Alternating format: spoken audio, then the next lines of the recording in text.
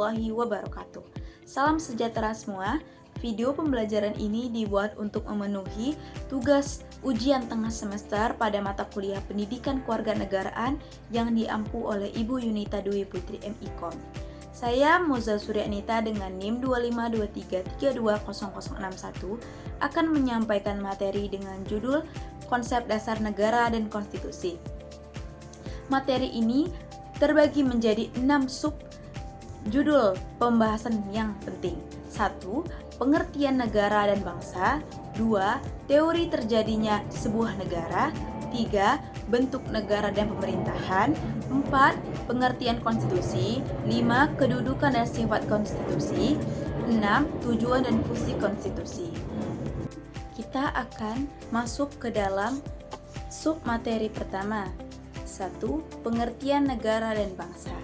Negara dapat dipahami sebagai organisasi kekuasaan yang memiliki wilayah tertentu, rakyat, serta pemerintahan yang berdaulat. Keberadaannya bertujuan untuk menciptakan ketertiban, mewujudkan kesejahteraan, dan melindungi kepentingan bersama. Sedangkan bangsa adalah sekelompok manusia yang merasa satu karena kesamaan sejarah, kesamaan budaya, bahasa, dan cita-cita. Bangsa lebih menekankan kesadaran psikologis dengan rasa kebersamaan, sementara negara adalah wadah politik dan kekuasaan. Contoh yang dekat dengan kita adalah Indonesia. Semangat kebangsaan sudah muncul sejak Sumpah Pemuda 1928. Tetapi negara Indonesia secara resmi berdiri pada 17 Agustus 1945 melalui proklamasi kemerdekaan. Setelah memahami pengertian negara dan bangsa, kita perlu menelusuri bagaimana sebuah negara dapat terbentuk. Hal-hal ini dapat dijelaskan melalui teori klasik dan modern. Pada sub materi kedua, yaitu teori terjadinya sebuah negara.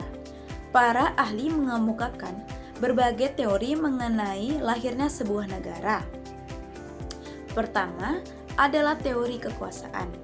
Menurut pandangan ini, negara terbentuk karena adanya pihak yang lebih kuat menaklukkan pihak yang lemah.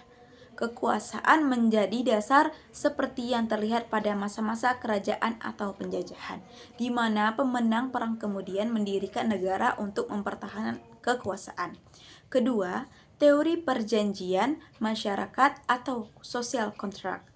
Teori ini berkembang pada masa pencerahan Eropa yang dipelopori oleh tokoh-tokoh seperti Thomas Hobbes, John Locke, dan Jean-Jacques Rousseau. Mereka berpendapat bahwa manusia pada awalnya hidup bebas tanpa aturan. Namun karena sering terjadi kekacauan, masyarakat kemudian sepakat untuk membuat perjanjian bersama. Dalam perjanjian itu, sebagian kebebasan diserahkan kepada penguasa agar tercipta ketertiban dan perlindungan hak-hak individu. Inilah dasar munculnya pemerintahan yang sah. Ketiga adalah teori ketuhanan yang menyatakan bahwa negara terbentuk karena kehendak Tuhan. Pandangan ini dapat dianut oleh negara-negara yang menempatkan agama sebagai sumber legitimasi kekuasaan. Misalnya, kerajaan-kerajaan lama yang menganggap raja sebagai wakil Tuhan di bumi. Keempat, teori organik. Teori ini mengibaratkan negara seperti makhluk hidup yang tumbuh dan berkembang secara alamiah, seperti tubuh manusia yang memiliki organ-organ yang saling bekerja sama. Negara pun berkembang karena kebutuhan masyarakat untuk hidup bersama, dan setiap masyarakat memiliki fungsi tertentu. Dalam konteks modern, muncul pula teori integrasi dan nasionalisme. Teori ini menekankan bahwa negara lahir karena adanya kesadaran kolektif dan semangat kebangsaan dari masyarakat yang merasa memiliki identitas yang sama. Contoh nyata adalah terbentuknya negara-negara baru setelah era kolonialisme, termasuk Indonesia yang lahir dari perjuangan bangsa itu sendiri. Dengan memahami cara lahirnya negara, kita bisa melihat bahwa pembentukan negara tidak hanya soal kekuasaan, tetapi juga kesepakatan, kepercayaan, dan kesadaran bersama. Selanjutnya, kita akan membahas bagaimana negara yang sudah terbentuk dapat memilih bentuk dan sistem pemerintahannya pada submateri ketiga, yaitu bentuk negara dan pemerintahan. Dalam praktiknya, negara di dunia memilih bentuk dan sistem pemerintahan yang berbeda. Dari sisi bentuk negara, ada dua yang utama. Satu, negara kesatuan, di mana kedaulatan sepenuhnya pada pemerintahan pusat. Contohnya, negara Indonesia, Jepang, dan Perancis. Dua, negara serikat atau federal, di mana kekuasaan terbagi antara pemerintahan pusat dan negara bagian, seperti negara Amerika Serikat dan Jerman. Sedangkan dari sisi bentuk pemerintahan, kita mengenal dua sistem pemerintahan. Satu, monarki, yaitu pemerintahan yang dipimpin oleh seorang raja atau ratu.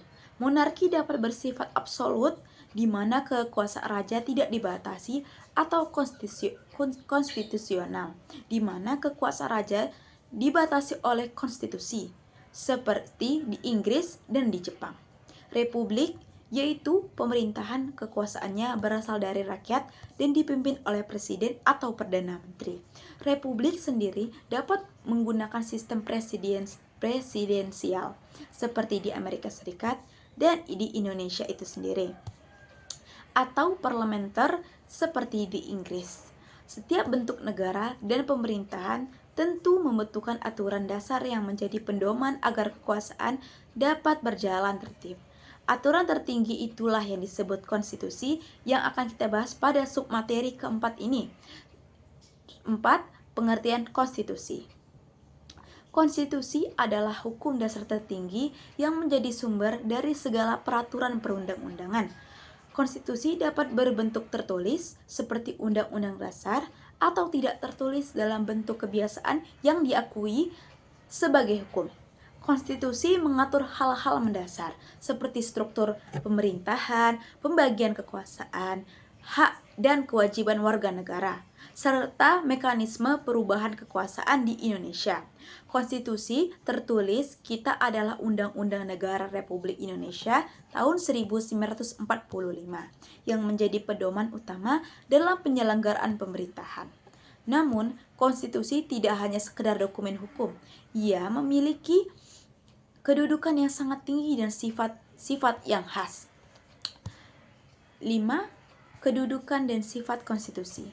Konstitusi menempati posisi tertinggi dalam hierarki hukum. Semua peraturan perundang-undangan, kebijakan pemerintah, hingga tindakan lembaga negara harus sesuai dan tidak boleh bertentangan dengan konstitusi.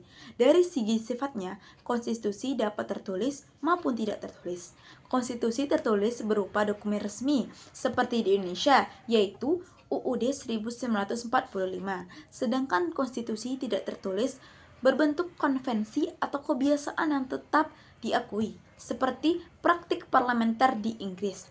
Konstitusi juga dapat fleksibel atau kaku, mudah diubah melalui prosedur biasa, sedangkan konstitusi kaku memerlukan prosedur khusus yang lebih berat. UUD tergolong kaku karena amandemennya hanya dilakukan oleh Majelis Permusyawaratan Rakyat dengan ketentuan tertentu. Memahami kedudukan dan sifat-sifat konstitusi membuat kita sadar bahwa konstitusi adalah pilar yang menjaga keseimbangan kekuasaan itu sendiri. Selanjutnya kita akan melihat tujuan dan fungsi konstitusi itu sendiri. Pada sub terakhir kita yang akan kita bahas pada video ini, yaitu tujuan dan fungsi konstitusi. Konstitusi memiliki tujuan utama untuk menjamin hak asasi manusia, menentukan batas-batas kekuasaan, dan memberikan pedoman penyelenggaraan pemerintahan. Fungsinya antara lain sebagai pembatas kekuasaan agar tidak terjadi kesewenang-wenangan, sebagai sumber legitimasi yang memberi dasar hukum dari pemerintah, serta sebagai alat integrasi nasional yang mempersatukan bangsa dalam aturan bersama. Tanpa konstitusi yang kokoh, negara akan mudah terjerumus pada kekacauan dan konflik kekuasaan. Demikianlah pembahasan mengenai konsep dasar negara dan konstitusi, serta 6 submateri pentingnya. Dengan memahami konsep-konsep ini, kita dapat menjadi warga negara yang lebih sadar akan hak, kewajiban, serta pentingnya menjaga kedaulatan hukum. Terima kasih atas perhatiannya. Semoga materi ini bermanfaat dan membantu kita untuk lebih memahami negara kita sendiri. Wassalamualaikum warahmatullahi wabarakatuh.